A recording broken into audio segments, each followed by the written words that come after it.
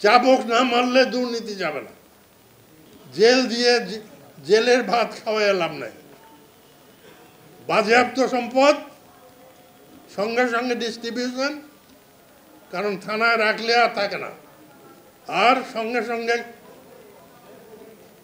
চাবুকের আইন যেটা বলা হয়, অর্থাৎ ধরে পাবলিকলি স্টেডিয়ামে ডায়েস করে খবর দিয়ে মারেন চাবুক। সবচেয়ে বড় করাপশনের আড্ডাটা হলো নমিনেশন। এই নমিনেশন বাণিজ্যটা হলো ঘোড়া বেচা কেনার বাণিজ্য। আপনাকে প্রশাসক হতে হবে। অনেকগুলো কমিশন করেছেন, কমিশনরা সব থিওরি লিখছে, 2-3টাতে তো আমি গিয়ে কথা বলে দিয়েছি। ওই থিওরি দিয়ে বাংলাদেশ চলবে না।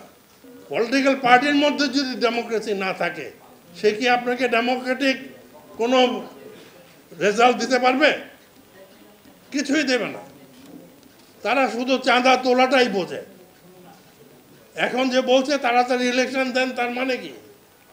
তার মানে হলো আর কোলাইতে পারছি না ভাই, খালি তারিখটা দেন, আমরা চাঁদা তুলে কোনো মতে শেষ করি। এই জন্য বাজার কমে না। তো ডক্টর ইউনূসে তো হুঁশ রাখতে হবে। Be practical, be অ্যাডমিনিস্ট্রেটেড।